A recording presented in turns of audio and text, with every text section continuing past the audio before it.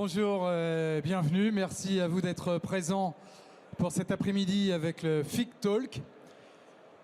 Pour débuter le cycle de conférences de cet après-midi, je vous demande d'accueillir Jérémy Guignard de la société Mimcast pour répondre aussi à une question.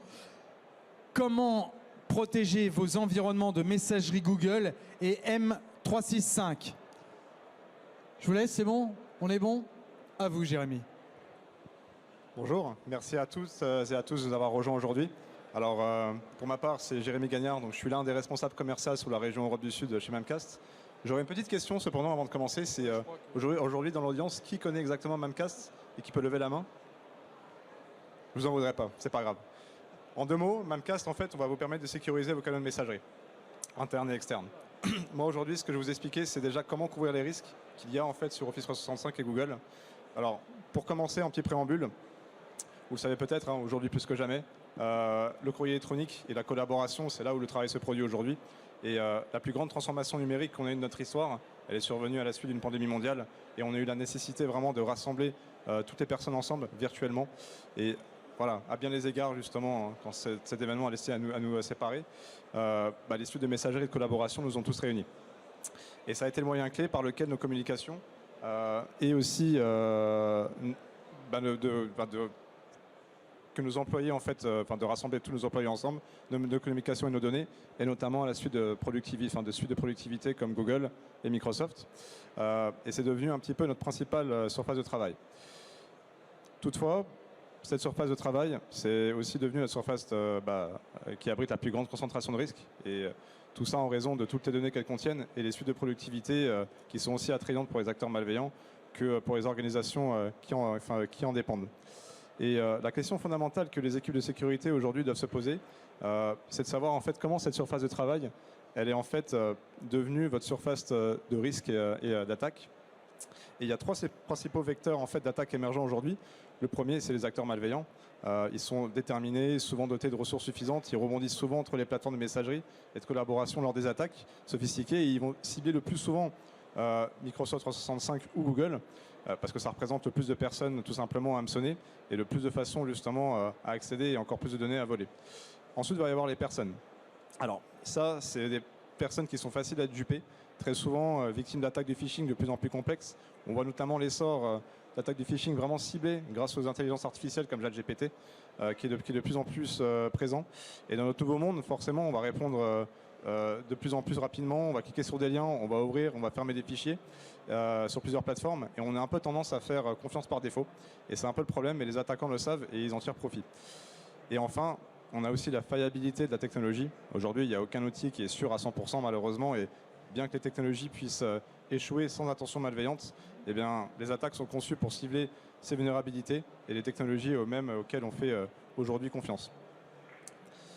Et il y a un vecteur d'attaque qui est clair aujourd'hui. Il y a un rapport qui a été publié par une entreprise de télécommunications qui s'appelle Verizon, un rapport qui a été publié en 2021 qui dit que 91% des attaques aujourd'hui commencent très souvent par un email.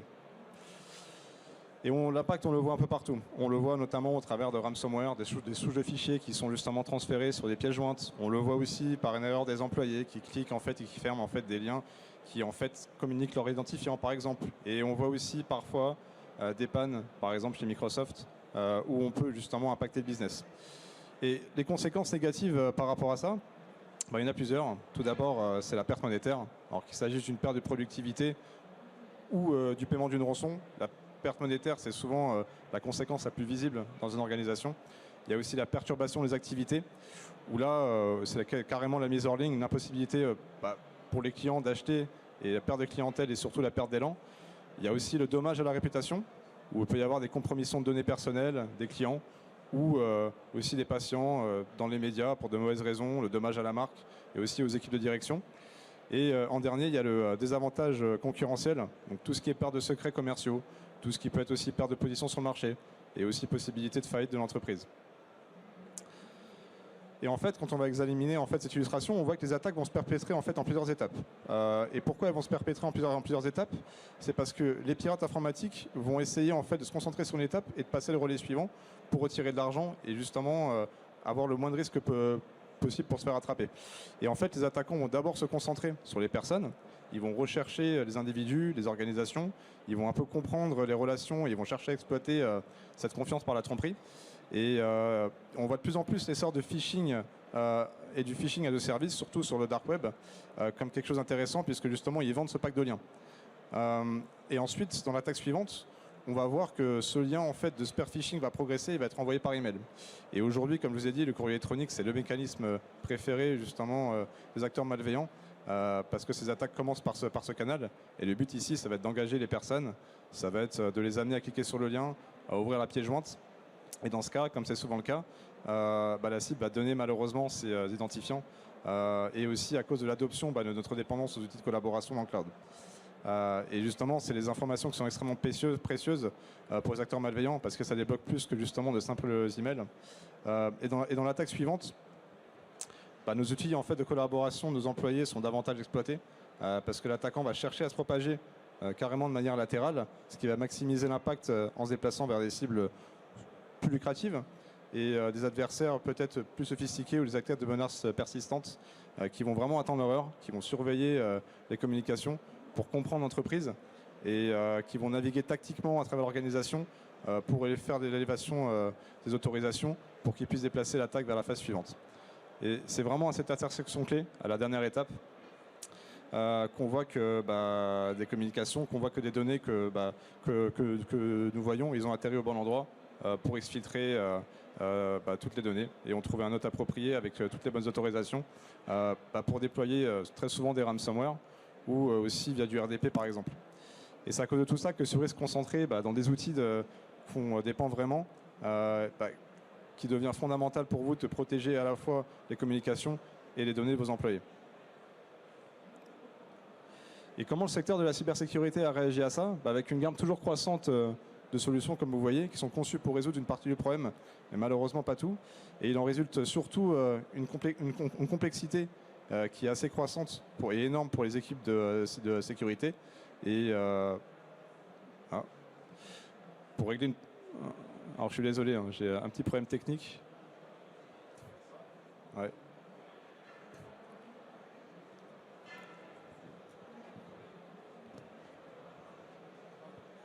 Alors je sais pas. J'arrive plus à cliquer. Passer à la suivante. Non, passe. Alors attendez. C'est bon? Ok. Pas de souci. Excusez-moi pour ce problème technique.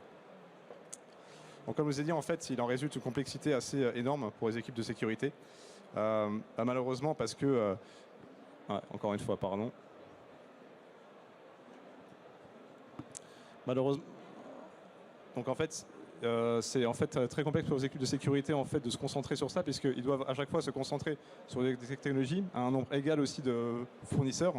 Et comme vous voyez, aujourd'hui, ça peut entraîner des problèmes divers. C'est que les équipes de sécurité, elles n'ont pas forcément une vision globale de la sécurité en elle-même.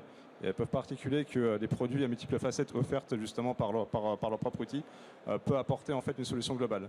Et malheureusement, ce qu'on voit aujourd'hui, c'est que ces outils ne communiquent pas en fait ensemble et ont besoin justement d'une API pour communiquer entre eux, pour justement combler en fait tout ce qui est trop dans la raquette. Et malheureusement, les équipes de sécurité elles passent en moyenne plus de temps à gérer la technologie qu'à gérer les risques et passent moins de temps justement à réfléchir stratégiquement à la manière de protéger leur organisation.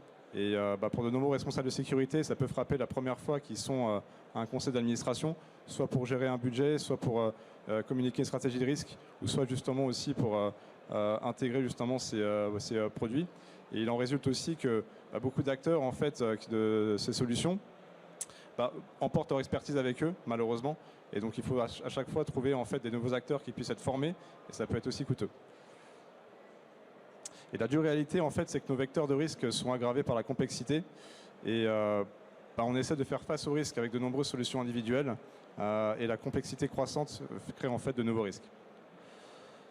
Et pour Memcast, la question stratégique en fait qu'on doit se poser, c'est on doit se concentrer, c'est de savoir comment on peut travailler en étant protégé et en réduisant les risques sans créer de complexité inutile. Et pour ça, on a une méthodologie en fait qui s'appelle le Work Protected. Et c'est notre système qui commence à la fois par la compréhension de vos communications, de leur modèle et des personnes qui communiquent et de leur comportement dans le cadre de leur travail. Et on peut voir exactement en fait à travers les communications si elles sont fiables, de voir si vos employés sont avertis et de voir si vos données sont aussi protégées à la fois en transit mais aussi à la fois au repos. Les deux. Et la méthodologie, en fait, elle est conçue pour savoir si les communications de confiance. Et Memcached va valider en permanence l'identité de l'utilisateur et le contexte pour garantir l'efficacité. Et on va continuellement en fait, vérifier en fait, ces identités et on va faire de la remédiation au risque. On va aussi avoir des personnes averties. On va les entraîner justement. On va aussi avoir des bannières dynamiques sur les emails pour justement les avertir que si un email est suspicieux, il doit prendre une décision. On va aussi les guider justement sur ces points clés et vraiment les alerter du danger. Et ça, c'est quelque chose d'important parce qu'aujourd'hui, le dernier rempart à la cybersécurité, on peut vous promettre n'importe quelle super solution de cybersécurité du marché qui vous dit de protéger à 100%. Mais finalement, le dernier rempart, c'est le rempart humain. Et c'est malheureusement ce rempart-là, justement, qui, par défaut, fait qu'une entreprise peut être compromise. Et en dernier, effectivement, on a aussi en fait sécurisé la donnée. Donc on peut à la fois sécuriser la donnée, comme je vous ai dit, au repos comme en transit, et qui peut être accessible justement par les personnes autorisées. Les avantages pour les équipes SecOps, justement, ça devient alors évident, c'est de fournir à la fois une visibilité des risques avant que ça devienne justement un incident de compromission, c'est-à-dire un IOC. C'est d'avoir des politiques dynamiques par rapport justement à la sécurité et d'avoir une meilleure compréhension, une meilleure réponse par rapport à ça et d'agir le plus rapidement possible si jamais il y a un incident. Et en fait, le système Memcached, ça vous permet d'adopter cette valeur ajoutée à la fois aux équipes de sécurité. Et notre système, en fait, ça commence par la compréhension de vos communications et de leur modèle et des personnes qui communiquent et aussi de leur comportement dans le cadre de leur travail. Et on va déjà avoir, en fait, dans un premier temps, la plateforme qui, elle, va s'occuper justement de la télémétrie, la scalabilité. On va aussi ensuite avoir une solution de mesh qui va être en Open API, qui va se connecter tout simplement à vos investissements de cybersécurité, que vous ayez un EDR, un XDR, que vous ayez un firewall, que vous ayez également un SIEM, un SOAR.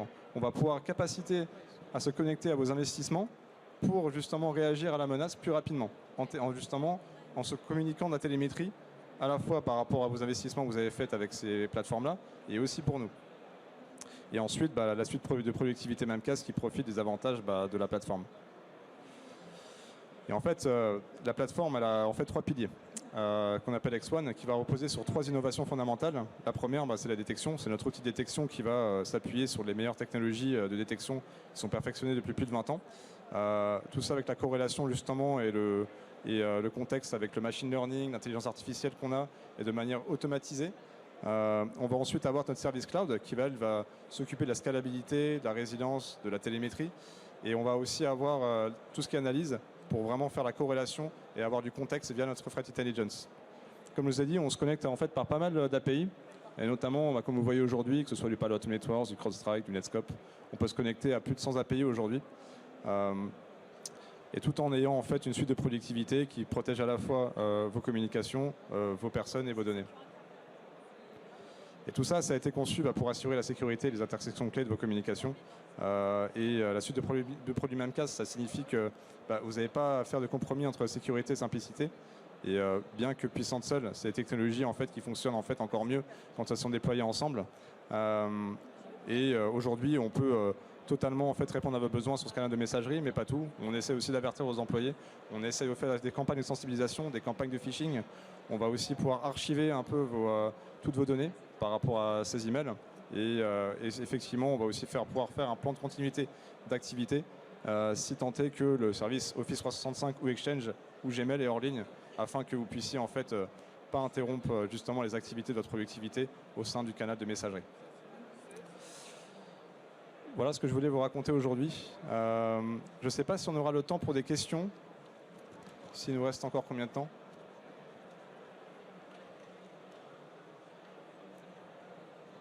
Alors on a 3 minutes pour les questions.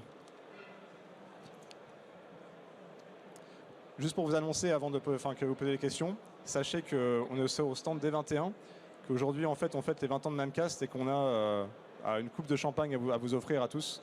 Donc si vous avez des questions et que vous voulez aussi avoir une discussion avec nous sur notre stand, n'hésitez pas à venir et on pourra en discuter. Si vous n'avez pas de questions aujourd'hui sur le talk, je vous propose de directement aller sur le stand. Et je vous remercie à toutes et à tous de votre attention. Et encore désolé pour les problèmes techniques. Ça a pu me déstabiliser un petit peu, mais voilà.